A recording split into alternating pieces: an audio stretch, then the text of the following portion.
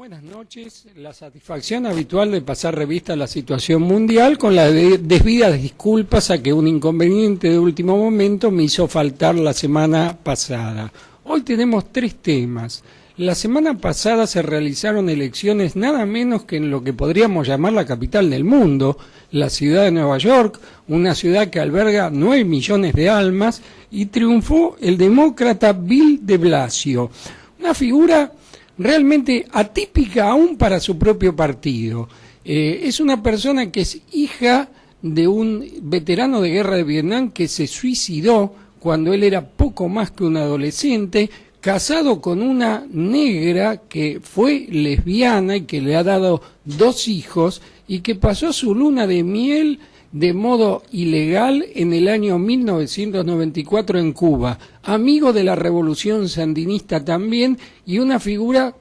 llevada al gobierno por los sectores pobres, por los movimientos sociales, por las víctimas del desastre neoliberal que se enseñoreó en la ciudad de Nueva York tras 12 años de gestión de Michael Bloomberg, un magnate de los negocios financieros. Quienes tienen cable ven que hay un canal financiero que se llama Bloomberg TV. Este señor era alcalde durante 3 periodos consecutivos, y previamente Ralph Giuliani,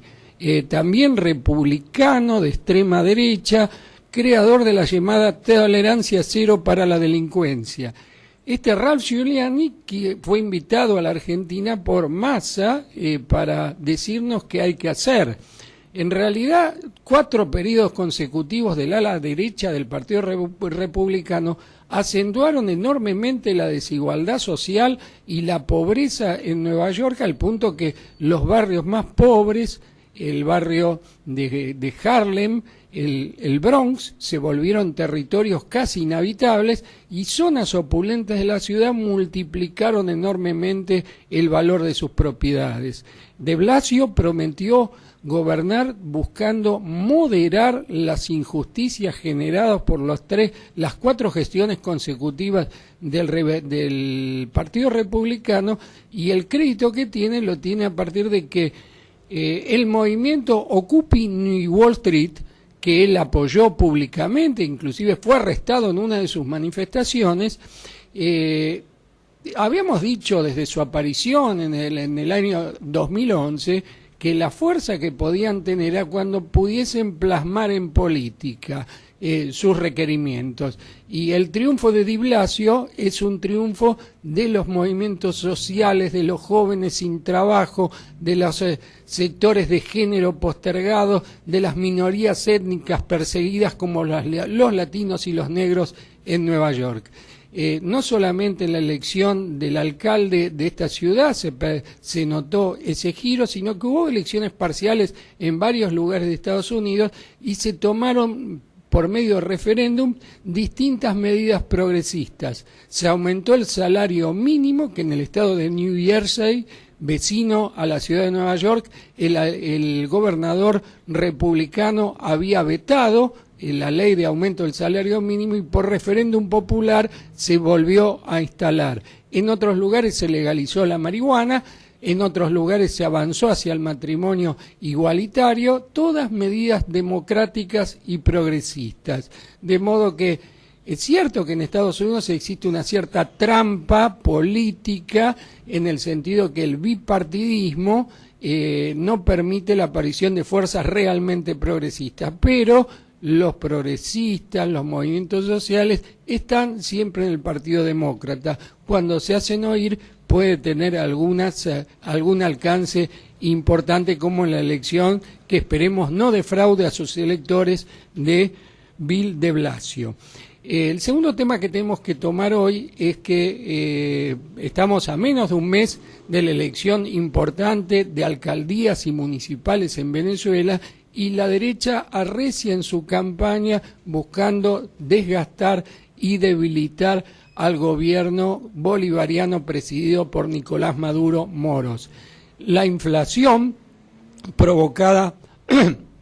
por sectores empresariales que de ese modo se reapropian de parte de la renta petrolera. Por desgracia, las medidas tomadas por por el comandante Chávez no lograron garantizar la soberanía alimentaria de Venezuela, y muchos de los comestibles tienen que ser importados. Los importan sectores privados y de ese modo se apropian de parte de la renta petrolera que previamente fue estatizada. Esconden los suministros de primera necesidad buscando estimular el descontento de la población, se producen sabotajes al suministro eléctrico y todo va en el camino de debilitar al gobierno del presidente Maduro, y como ya está claramente establecido, inclusive por comunicaciones filtradas, que no piensan los integrantes de la llamada Mesa de Unidad Democrática, que llevó como candidato 2 veces derrotado a Enrique Capriles Radonsky, no piensan aceptar el resultado de las elecciones, inclusive si termina siendo ajustado ese resultado, van a pedir la revocatoria del presidente Maduro. Entonces se puede prever un escenario de máxima confrontación, con posibilidades de que pueda ocurrir cualquier cosa, porque detrás está la larga mano de los Estados Unidos, que surte con dinero a las oposiciones de todo tipo. No tienen un elemento en común, nada más que la común oposición al proceso bolivariano, que es motorizada por los Estados Unidos. Son cerca de 30 partidos los integrantes de la mesa de la llamada Mesa de Unidad Democrática. Estamos en presencia de algunas elecciones sumamente importantes que las iremos mencionando y analizando en este espacio. El domingo que viene hay elecciones en Chile, la primera vuelta que muy posiblemente gane y también definitivamente Michelle Bachelet. El día 24 hay elecciones nada menos que en Honduras, país donde el presidente fue derrocado, y uno de los candidatos es Xiomara Castro, la esposa del candidato del presidente derrocado Manuel Rosales, y el 8 de diciembre es esta elección crucial que estuvimos mencionando recién en Venezuela. Tercer tema para tratar el día de hoy es la situación de Colombia, donde la semana pasada se anunció, en realidad no en Colombia, sino en La Habana, donde se realizan las negociaciones entre la FARC y el gobierno colombiano, se llegó a un segundo acuerdo en el camino de lograr una paz en lo posible estable, justa, democrática y duradera. En este caso se trató de un acuerdo en base a las garantías para la participación política, tratando de lograr que los integrantes de la FARC se desarmen y se integren a la lucha política por vías convencionales. Hay muy malos antecedentes, la oligarquía colombiana y la burguesía colombiana tienen récord mundial en asesinato de militantes políticos, de dirigentes sindicales, de referentes indígenas. En estos mismos días fue asesinado un dirigente sindical en Colombia. Entonces, las garantías que pueda dar este acuerdo de paz son relativas, porque hay que recordar que a fines de los años 80 se hizo un acuerdo similar, y la llamada Unión Patriótica, en la cual participaba toda una organización guerrillera que se reconvirtió en partido político, sufrió el asesinato de su candidato a presidente y de varios de sus candidatos a las distintas listas. Hoy mismo hubo un comunicado de la FARC en la cual hablaba que no es seguro ni fijo que por el acuerdo le va a tocar a la organización guerrillera espacios en el Congreso por las zonas en las cuales tiene presencia importante. Hay un 40% del territorio colombiano que está controlado por la FARC, y además de lo cuantitativo que significa esto, es lo cualitativo. Son territorios que son ricos en recursos petrolíferos y también en otros recursos naturales. Entonces, la derecha está dividida en este momento. Por un lado está el expresidente Álvaro Uribe Vélez, que dice que no hay que hacer ningún acuerdo de paz con los llamados por él terroristas, y por otro lado Santos, el presidente Juan Manuel Santos, que quiere presentar el acuerdo de paz como parte de su campaña. Tiene tiempo, creo que por 2 meses, para decir si se presenta a un segundo mandato. Y además quiere lograr la desmilitarización con la FARC para avanzar en acuerdos económicos con empresas multinacionales para poder explotar los recursos naturales de las áreas controladas por la FARC. El porvenir es realmente complejo, como lo dice la historia de las relaciones entre las derechas y las izquierdas en Colombia, pero es muy deseable que Colombia dirima sus conflictos en el marco de la paz, el respeto y la democracia. Lo que no aparece en ningún medio es una cosa que no es menor. Esta semana, mejor dicho, la semana pasada, habló el ex candidato a presidente de los Estados Unidos por el Partido Demócrata, Al Gore, y dijo que la política exterior de su país en general y las acciones de espionaje que lleva adelante el gobierno de Barack Obama infringen la Constitución de los Estados Unidos. No la ley, la Constitución de los Estados Unidos. Se refiere a las medidas de espionaje llevadas adelante por la NSA, National Security Agency, y que fueron desnudadas por Edward Snowden, tema que venimos hablando hace mucho, y del que no se salvó ni el propio Papa Francisco.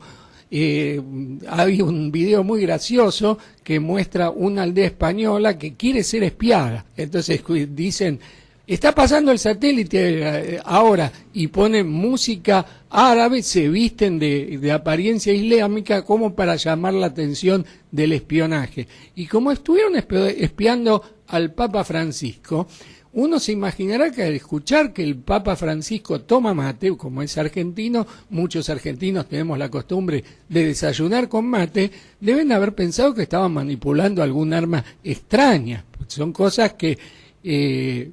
uno puede pensar si tuviese acceso a todos los archivos que poco a poco se van develando. Lo cierto es que una figura tan importante del Partido Demócrata, no del republicano, del demócrata, denunció la inconstitucionalidad de esos actos que incluyen el asesinato de más de 20.000 personas en distintos países del mundo mediante el uso de aviones no tripulados llamados drones. El alpargatazo internacional es para el presidente francés, François Hollande, que a más de un año de ser electo ha perdido prácticamente toda su popularidad y todavía se pregunta por qué. Y la ha perdido porque ha defraudado sus expectativas, ha gobernado de acuerdo a preceptos neoliberales y justamente los pueblos azotados por el neoliberalismo votan para no soportar el neoliberalismo. Fíjense que en la Argentina, en la provincia de Buenos Aires, mejor dicho, porque no ganó en toda la Argentina, el candidato Sergio Massa ganó, pero ocultando su condición neoliberal, como Menem cuando ganó la primera vez, que todo el mundo decía, si hubiese dicho lo que iba a hacer, no lo votaba nadie. Y el alpargatazo nacional es para Mauricio Macri, que mandó a algunos de sus diputados a presentar un recurso en la Corte Suprema